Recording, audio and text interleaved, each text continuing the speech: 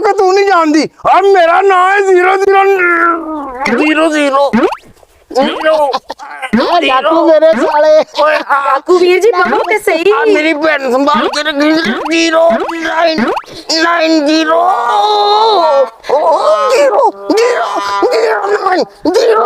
0990 ਮਹਿਮਾਨ ਵਾਲੀ ਦਾ ਹੱਕ ਅਦਾ ਕਰ ਦਿੱਤਾ ਤੂੰ। ਹਾਲੇ ਤੇ ਕੁਛ ਵੀ ਨਹੀਂ, ਹਾਲੇ ਤੇ ਮੈਂ ਇਹਨਾਂ ਦੀ ਖਿਦਮਤ ਕਰਨੀ, ਉਹ ਹਾਂਡੀ ਰੱਖੀ ਹੈ। ਬਾਜੀ। ਹਾਲੇ ਤੇ ਮੈਂ ਇਹਨਾਂ ਨੂੰ ਰੋਟੀ ਖਵਾ ਕੇ ਭੇਜਣੀ ਹੈ। ਰੋਟੀ ਬਾਜੀ ਪਾ ਕੇ ਲੈ